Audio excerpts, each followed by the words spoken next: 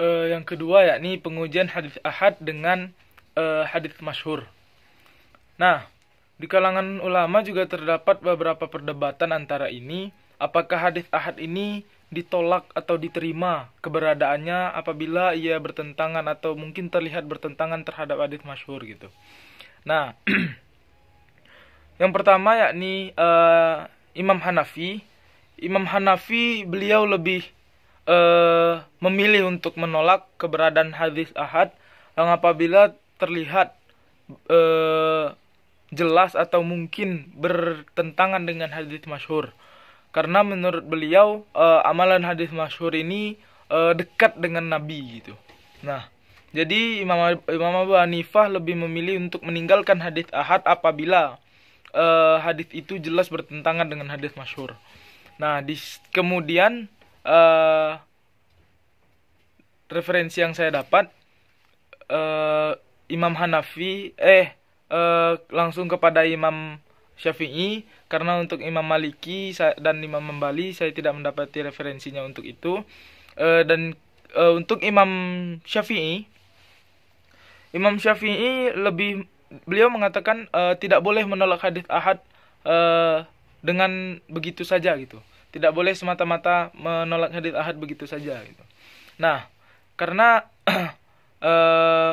beliau lebih berpegangan terhadap hadis ahad ini dan hadis masyhur dengan melakukan nasikh dan tarjihnya gitu. Nasikh dan tarjih terhadap hukumnya gitu. Nah, jadi apabila terdapat hadis ahad yang sahih kedudukannya walaupun terlihat bertentangan dengan hadis masyhur, namun setelah diteliti melalui nasikhnya mana hukum yang datang terlebih dahulu untuk dihapuskan dan mana yang datang sesudahnya, maka Imam Syafi'i lebih memilih untuk tetap mengamalkan hadis masyhur itu gitu. Hadis ahad itu gitu. Walaupun terlihat bertentangan dengan hadis masyhur. Nah, yang ketiga yakni pengujian hadis ahad dengan amalan sahabat. Dengan amalan sahabat. Yang pertama, Imam Hanafi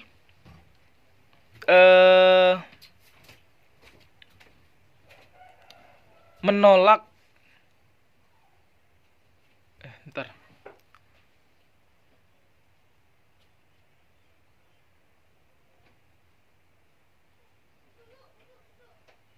yang pertama yakni saya lupa. Imam Hanafi menolak hadis ahad yang bertentangan dengan amalan sahabat. Karena menurut beliau praktik amalan sahabat itu tidak mungkin jauh dari prakteknya Rasulullah SAW itu sendiri.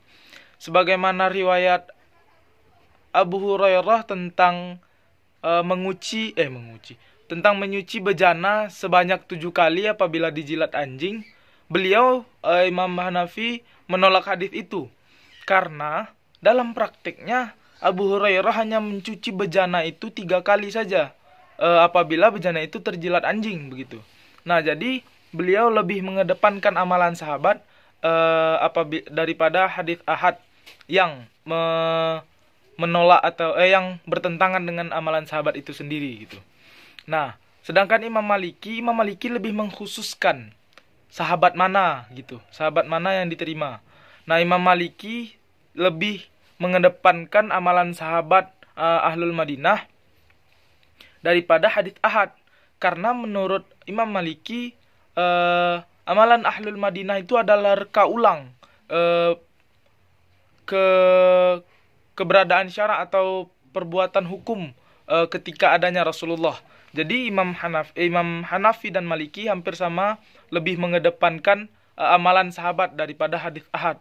Namun Imam Maliki lebih mengkhususkan sahabatnya ini hanya terkhusus kalangan sahabat Madinah yang ada di Madinah pada saat itu, karena mereka hidup cukup lama bersama Rasulullah gitu. Nah, sedangkan Imam Syafi'i tidak menerima demikian, karena menurut Imam Syafi'i setiap perbuatan sahabat maupun manusia yang ada dimanapun menurut beliau adalah sesuai dengan tuntunan atau ketetapan syariah yang ditetapkan oleh Allah dan Rasulnya gitu. Jadi untuk beliau tidak semata-mata perbuatan sahabat ini bisa dijadikan patokan untuk keberadaan atau penetapan hadis ahad ini diterima atau tidak. Jadi beliau lebih melihat hadis itu dari segi kesahihan hadisnya atau kedudukan hadisnya. Walaupun hadis itu bertentangan dengan perbuatan sahabat, namun apabila hadis itu sahih, beliau lebih mengedepankan hadis itu. Karena menurut beliau perbuatan manusia itu berubah sesuai dengan kondisi dan situasi. Nah, jadi begitu juga dengan hadis, karena hadis itu tidak ada lagi yang membuatnya, maka beliau lebih mengedepankan hadisnya daripada amalan sahabat itu gitu.